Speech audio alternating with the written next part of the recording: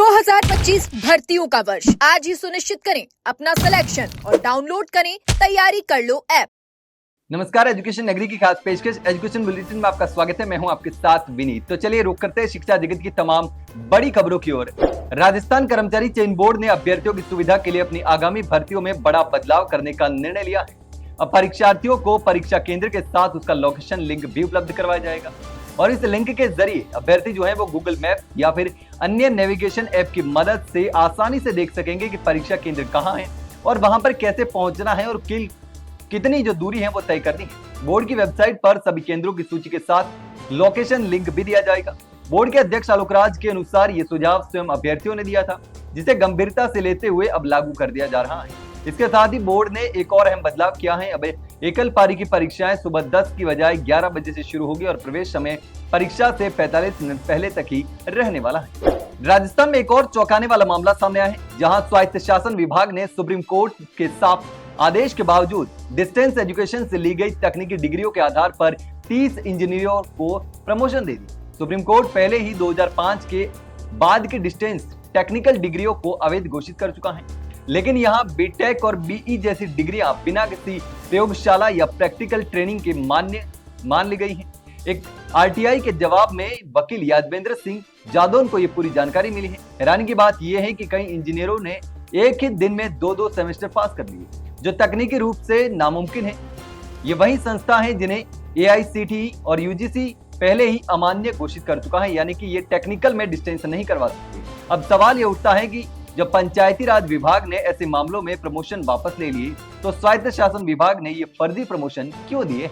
राजस्थान के लगभग 15 लाख बेरोजगार युवा बेसब्री से 3rd ग्रेड शिक्षक भर्ती का इंतजार कर रहे हैं। बजट में सरकार ने जहां 7,268 पदों पर भर्ती की घोषणा की थी, वहीं रोजगार उत्सव जैसे आयोजनों में भी इसे दोहराया गया, लेकिन विज्ञप्ति अब तक जारी नहीं हो पाई। अभ्यर्थी लगातार इंतजार कर रहे हैं।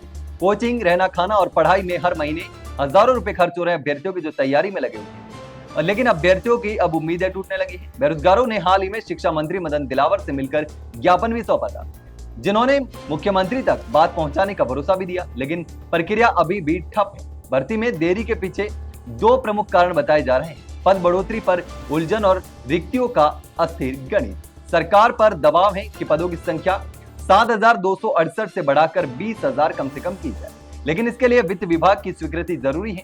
वहीं हालिया पदोन्नतियों के चलते रिक्त पदों की संख्या में उतार चढ़ाव आया है। जब तक यह स्थिति स्पष्ट नहीं होती, नई भर्ती अधर में लटकी रहेगी। राजस्थान में लाइब्रेरियन भर्ती को लेकर बेरोजगार युवाओं की उम्मीदें बढ़ रही हैं, लेकिन फैसला अब भी वित्त विभाग की मंजूरी पर अटका हुआ है। शिक्षा विभाग ने हाल ही में 500 अतिरिक्त पदों की फाइल वित्त विभाग को भेजी थी, लेकिन अब तक स्वीकृति नहीं मिली है। कर्मचारी चयन बोर्ड ने पुस्तकालयाध्यक्ष ग्रेड 3rd भर्ती 2024 के तहत 548 पदों पर भर्ती निकाली थी, जिसमें शिक्षा विभाग के 500 और संस्कृत शिक्षा विभाग के 48 पद शामिल हैं।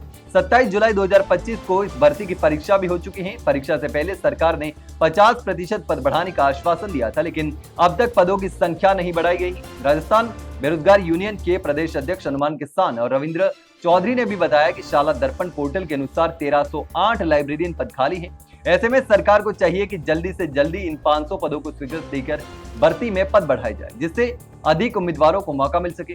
इससे प्रक्रियाधीन भर्ती में राहत मिलेगी और हजारों बेरोजगारों को नौकरी की उम्मीद भी जगेगी। नर्स भर्ती को लेकर राजस्थान हाईकोर्ट ने साफ कर दिया है कि नर्स ग्रेड द्वितीय और वैक्सीनेटर के कार्यों की प्रकृति एक जैसी नहीं है और इसीलिए वैक्सीनेटर के रूप में किया गया अनुभव नर्स भर्ती में बोनस अंकों के लिए योग्य नहीं माना जाएगा। यानी बोनस अंकों को लेकर हाईकोर्ट से ये बड़ी खबर सामने आई है। ये निर्णय जस्टिस आनंद शर्मा के एकलपीठ ने सुरेंद्र गुप्ता व 6 अन्य याचिकाकर्ताओं की याचिका को खारिज करते हुए दिया। याचिकाकर्ताओं ने दलील दी थी कि उन्होंने करीब 2 साल तक वैक्सीनेटर के रूप में कार्य किया है और इनके पास मुख्य चिकित्सा एवं स्वास्थ्य अधिकारी द्वारा जारी अनुभव प्रमाण पत्र भी है। ऐसे में उन्हें नर्स ग्रेड 2 में बोनस अंक मिलना चाहिए, लेकिन अदालत ने कहा कि राज्य सरकार द्वारा योजनाओं में कार्य अनुभव का लाभ केवल तभी दिया जा सकता है जब उस अनुभव की प्रकृति विज्ञापित पद से मेल खाती हो। कोर्ट ने यह भी स्पष्ट कर दिया कि हाईकोर्ट विभिन्न पदों के कर्तव्यों की समानता तय नहीं कर सकता और याचिकाकर्ता ये साबित करने में असफल रहे कि वैक्सीनेटर और नर्स के कार्य समान हैं। तो यह थी शिक्षा जगत की तमाम बड़ी खबरें। कल फिर आपके साथ रूबरू होंगे, तब तक के लिए नमस्कार।